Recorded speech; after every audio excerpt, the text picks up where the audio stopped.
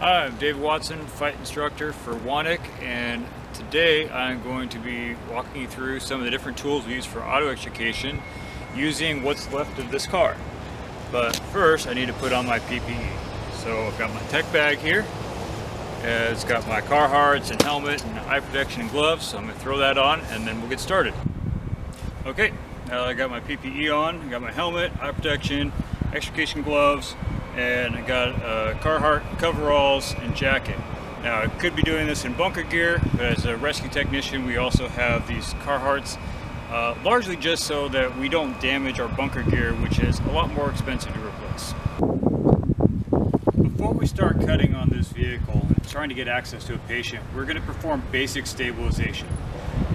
What that includes is using 4x4s and or step chocks to make sure the vehicle's not going to roll away and to take the rock and sway out of it. Also, we're looking for any leaking fluids and to make sure that the vehicle is turned off. So key is off and out of the ignition. Electric vehicles have been shut down. This vehicle, of course, has been pretty well cut up by us in training. In fact, this is the only tire left on the vehicle, but we're going to go ahead and chalk it. The vehicle is pretty stable. Quite simply, because this is the only remaining tire, put 4x4s on either side of it. Typically I like to go in front of the front wheel and behind the rear wheel, just because that makes it so these chocks are not interfering with our workspace and we can see them all on one side. Now we also have these step chocks, so called because they look like steps, and these can be used in either orientation. Actually, most frequently we flip them this way because it's easier to make contact with the vehicle at different heights. Now, as we slide these in, we want to get them into a spot where they have a good contact with the vehicle. Right beneath the A post, right here where it meets the rocker panel, is a good spot. And we'll insert it at a 45-degree angle so it's not interfering with our door space. And we'll go ahead and put one in on the other side. After we've performed our basic stabilization and made contact with the patient, determining that we need to perform an extrication, either because the patient's injuries are such that we don't want to risk twisting them as we take them out a side door, or because damage to the vehicle prevents us to accessing the patient through normal means, our plan A for getting firefighter access initially is usually a rear window tent.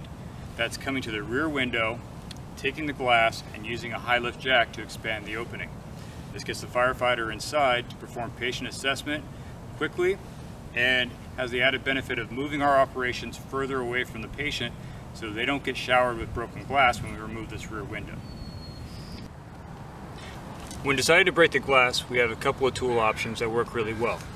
Certainly, simply using the pike end of the Halligan struck in the corner of the glass will shatter tempered glass. Another option is a window punch. Window punch is simply a spring-loaded pin that will break the tempered glass when pressed against it. When choosing to break the glass using a Halligan, you don't want to strike in the middle, because this is where the glass is actually the strongest and has the ability to flex. You want to strike in a corner where the glass is weaker. Which side you choose matters as well. If I strike in this corner, the tool may continue on through, sending glass flying further into the vehicle. Versus if I come to this corner, it's limited how much I can have the tool travel by this post here.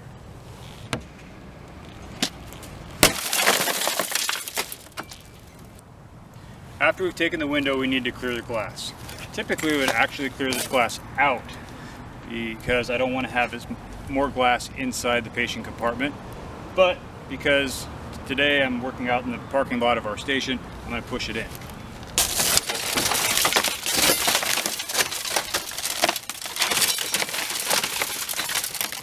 Notice I'm not using my hands, even though I've got gloves, because I don't want to get glass embedded in my gloves.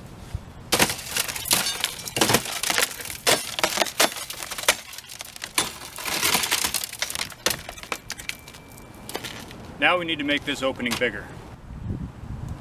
To enlarge the opening, we're going to use the rescue version of the high lift jack. Besides the red and yellow paint job, What makes this a rescue jack is this base, which is adjustable. It'll fit 2 4x4s, it has change attachment points, and we can pull this pin and reorient it in which direction we want.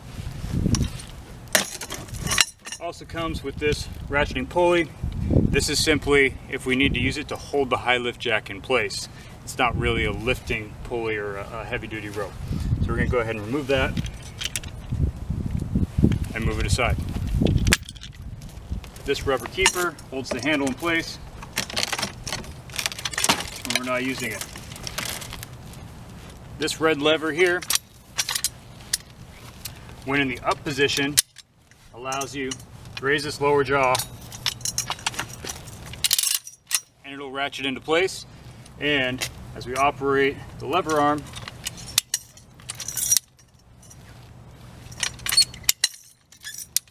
it'll ratchet up. Now, it's very important that whenever you're operating this operating arm here always starts and finishes in the vertical position. Don't leave it in the down position. When we want to lower it, we move this actuator here to the down position, and if there's no weight on it, it'll just drop. So watch your fingers and toes. If there's weight on it, it'll allow us to ratchet it down using this lever arm here. Okay, I'm going to put the high lift jack into position in the center of my opening, and with the jack in the up position, raise it up till I get a good purchase. Now, as I ratchet this, see, I'm making sure to keep my face out of the arc of this operating lever here. Because as you come down, you feel tension building, and if I were to lose my grip before I get it locked all the way down, that's going to swing back up, take out my jaw. I don't know about you, but I like solid food. So, keeping my face well out of the strike zone, I can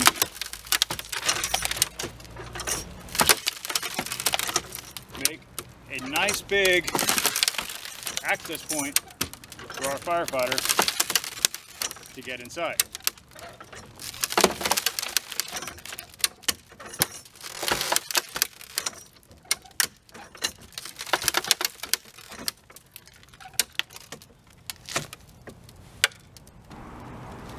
Bringing our view to the other side, now I'm going to remove the jack. Create our opening, I'm going to take this out of the way. The handle's in the up position. I'm going to switch this to lower, and because there's tension on it, it doesn't free fall. Now I can ratchet it down, making sure to bring it all the way down to where it clicks and ratchets, and then all the way back up. I'm going to demonstrate because there's still tension on it. If you were to lose your grip, you still want to make sure you keep your face out of that strike zone.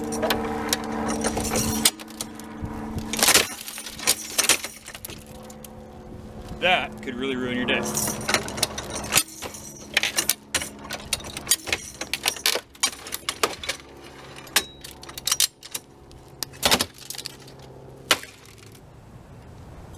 So there you have it.